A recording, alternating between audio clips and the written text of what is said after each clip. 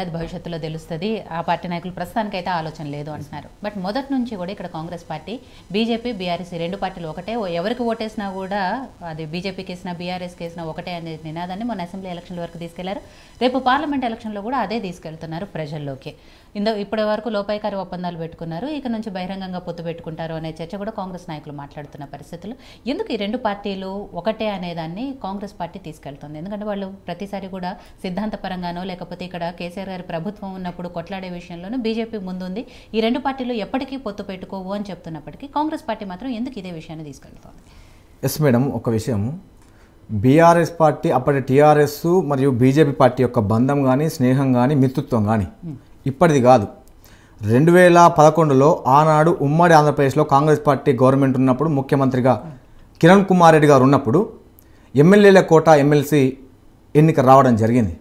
అప్పుడు అసెంబ్లీలో ఉన్నటువంటి గంగపురం కిషన్ రెడ్డి గారు, ఎండల లక్ష్మీనారాయణ గారు ఇద్దరు సభ్యులు కాంగ్రెస్ పార్టీని ఓడించాలని చెప్పి అప్పటి టీఆర్ఎస్ పార్టీ అభ్యర్థిని గెలిపించాలని చెప్పి టీఆర్ఎస్ పార్టీ అభ్యర్థికి వీరిద్దరు ఎమ్మెల్యేలు ఓటు వేయడంతో మొదలుకొని మొన్న తీసుకువచ్చినటువంటి మోడీ గవర్నమెంట్ ఆధ్వర్యంలో వచ్చినటువంటి 3 రకాల వ్యవసాయ సాగు చట్టాలు ఏవైతే ఉన్నాయో వాటి వరకు జరిగినటువంటి అన్ని కార్యక్రమాల్లో, అన్ని చట్టాల వ్యవహారాల్లో, రాజకీయ అంశాల్లో బీఆర్ఎస్ పార్టీ బీజేపీ పార్టీ ఒక్కటే అని చెప్పి మనకు కళ్ళకు కట్టినట్టుగా చారిత్రక అంశాలు కావచ్చు, సాక్ష్యాలు కావచ్చు మనకు తెలియజేస్తూ ఉన్నాయి. ఈ సందర్భంగా నేను ఒక మాట తెలియజేదలుచుకున్నా. బీజేపీ పార్టీ బీఆర్ఎస్ పార్టీ ఒకటే అని చెప్పి కాంగ్రెస్ పార్టీ పదే ఎందుకు అంటుంది అంటే, గతంలో 9.5 ఏళ్లుగా బీఆర్ఎస్ పార్టీ రాష్ట్రంలో అధికారంలో ఉన్నది. కేసీఆర్ గారి యొక్క హయాంలో వారి ముఖ్యమంత్రిగా కొలువు ఎలగబెడుతున్నటువంటి సమయంలో అనేక రకాలుగా రాష్ట్ర ప్రజల యొక్క పైసలు కావచ్చు, వాళ్ళ పన్నుల రూపంలో ప్రభుత్వానికి చెల్లించినటువంటి అనేక ప్రజాధనం దుర్వినియోగం అయ్యింది. అనేక ప్రాజెక్టుల విషయంలో కావచ్చు, పథకాల విషయంలో కావచ్చు అని చెప్పి కాంగ్రెస్ పార్టీ మొదటి నుంచి ఆరోపణ చేస్తుంది. ముఖ్యంగా మనము కాళేశ్వరం ప్రాజెక్టు తీసుకుందాం.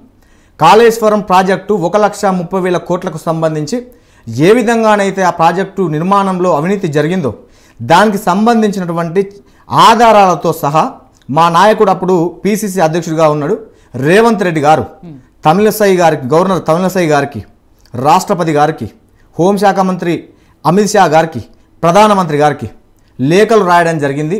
ప్రత్యక్షంగా వారే వెళ్ళి ఈ యొక్క అవినీతి మీద సాక్ష్యాలతో కూడినటువంటి నివేదిక వీళ్ళకి అప్పగించడం జరిగింది. ఈ సందర్భంగా బీజేపీ పార్టీకి సంబంధించినటువంటి కేంద్ర మంత్రులు కావచ్చు, బీజేపీ పార్టీకి సంబంధించినటువంటి కేంద్ర ప్రభుత్వంలోని నాయకులు కావచ్చు, లేదా ఆ పార్టీ నాయకులు కావచ్చు, ప్రతిసారి తెలంగాణ రాష్ట్రానికి వచ్చినప్పుడు ఏం స్టేట్మెంట్ ఇచ్చారు మేడం? కాళేశ్వరం అనేది బీఆర్ఎస్ పార్టీకి ముఖ్యమంత్రి కె చంద్రశేఖరరావు గారికి ఏటీఎంలా మారింది, ఎనీ టైం మనీ అని చెప్పి చెప్పడం జరిగింది మేడం. ఏటీఎంలా మారిందని చెప్పింది వాళ్ళే కదా. అవినీతి మీద, కాళేశ్వరం మీద అవినీతి జరిగిందని చెప్పింది కూడా వాళ్ళే కదా మేడం. ఎందుకు మరి కాళేశ్వరం ప్రాజెక్టు మీద జరిగినటువంటి అవినీతిలో బీజేపీ కేంద్ర ప్రభుత్వము ఎందుకు చర్యలు తీసుకోవడంలో విఫలమయ్యింది అని మేము అడుగుతా ఉన్నాం. అంటే కాళేశ్వరం ప్రాజెక్టులో అవినీతి జరిగింది నిజమే, కాళేశ్వరం ప్రాజెక్టులో అవినీతి ద్వారా వచ్చినటువంటి డబ్బుల్లో ఆ ముడుపుల్లో బీజేపీ పార్టీలోని పెద్దలకు కూడా మేము ఇచ్చినాము అని చెప్పి కేసీఆర్ గారి మీద చర్యలు తీసుకోకుండా బీజేపీ పార్టీ సహకరించింది. సో ఇందులో వారి యొక్క మిత్రత్వం ఏందో బయటపడగా మేడం.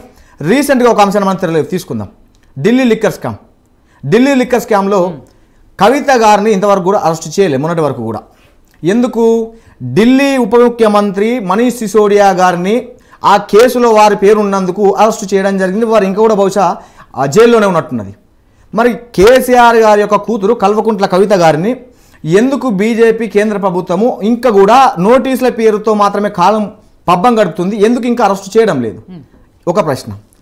ఇవాళ మనము బీజేపీ పార్టీ బీఆర్ఎస్ పార్టీ యొక్క మిత్రుత్వం ఏ విధంగా ఉంటుందంటే, రాష్ట్రంలో మీరు దోచుకోండి, రాష్ట్రంలో ఇన్ని రోజులు రాష్ట్రంలో మీరు దోచుకున్నటువంటి పైసల్లో మాకు కూడా వాటా ఇవ్వండి. ఒకటి. బీఆర్ఎస్ పార్టీ కేంద్రంలో మీరు తీసుకువచ్చేటువంటి ఎలాంటి చట్టాలకైనా, తీసుకునేటువంటి ఎలాంటి నిర్ణయాలకైనా మేము మద్దతు ఇస్తాము, స్వాగతిస్తాము, మేము సపోర్ట్గా ఉంటామని చెప్పి వీళ్ళిద్దరి మధ్య చీకటి బంధం అనేది కొనసాగుతూ ఉంది. అది ఇప్పటి కూడా కొనసాగుతుంది. ఈ సందర్భంగా నేను మళ్ళొక మాట తెలియదలుచుకున్నాను మేడం. అంటే కోకాపేటకు సంబంధించినటువంటి భూముల వ్యవహారంలో ఏదైతే కోకాపేట భూములు కొనుగోళ్లు అమ్మకాలకు సంబంధించినటువంటి వ్యవహారాల మీద మొత్తం ముఖ్యమంత్రి ఆనాటి మా టీపీసీసీ అధ్యక్షులు రేవంత్ రెడ్డి గారు కేంద్ర ప్రభుత్వంలోని హోంశాఖ మంత్రి అమిత్ షా గారికి, ప్రధానమంత్రి గారికి, రాష్ట్రపతి గారికి కూడా లేఖలు రాయడం జరిగింది. కోకాపేటలో విలువైన భూములు, ఇక్కడ జరిగినటువంటి భూ లావాదేవీల మీద మీరు దర్యాప్తు చేయించండి. తద్వారా బీఆర్ఎస్ పార్టీలో ఉన్నటువంటి మంత్రులు, ఎమ్మెల్యేలు, బీఆర్ఎస్ పార్టీకి సంబంధించిన కీలక నాయకుల యొక్క హస్తం అందులో ఉంది, వారి యొక్క అవినీతి బయటపడుతుంది, తద్వారా మీరు చర్యలు తీసుకోవడానికి అవకాశం ఉంటుందని చెప్పి అనేక సార్లు నివేదిక అందించడం జరిగింది. వీళ్ళు కేంద్ర ప్రభుత్వంలోని బీజేపీ పెద్దలు చర్యలు తీసుకోకపోగా ఆ రోజు వీళ్ళు చర్యలు తీసుకోవడం లేదని చెప్పి రేవంత్ రెడ్డి గారు ఢిల్లీ కోర్టును ఆశ్రయించి, ఢిల్లీ హైకోర్టు ఏం చెప్పిందంటే నోటీసులు జారీ చేయడం జరిగింది. వాటి మీద విచారణ చేపట్టి నిజంగానే అందులో ఆ భూ వ్యవహారంలో అవకతవకలు జరిగినట్లయితే వీళ్ళ మీద చర్యలు తీసుకోండి అని చెప్పి కోర్టు ఆదేశాలు ఇవ్వడం జరిగింది. అయినప్పటికీ కోర్టు ఆదేశాలను కూడా బేఖాతరు చేసి బీజేపీ నాయకులు, బీజేపీ కేంద్ర పెద్దలు బీఆర్ఎస్ పార్టీ నాయకుల మీద కానీ, కె చంద్రశేఖరరావు గారి యొక్క కుటుంబం మీద కానీ ఒక్క యాక్షన్ కూడా తీసుకోలేదు. ఇది కాదా మేడం వీరికి వారికి మధ్య ఉన్నటువంటి సంబంధము, ఒప్పందము, మిత్రుత్వము? ఎస్. కాబట్టి మేము చెప్తున్నాం, వీళ్ళు వచ్చేటువంటి పార్లమెంట్ ఎన్నికల్లో పొత్తుకు వెళ్ళరా అన్నటువంటి విషయాల నుంచి మనం తప్పుకుంటే 100% చారిత్రక అంశాలన్నీ, ఇలాంటి అంశాలన్నీ వారిద్దరి మధ్య మిత్రుత్వం ఉంది అనేటువంటి మాట కొనసాగుతుందని చెప్పి నేను తెలియజేస్తా ఉన్నాను. సో లక్ష్మణ్ గారు, బీఆర్ఎస్ బీజేపీ పొత్తు పెట్టుకుంటాయా, దోస్తీ కడతాయా?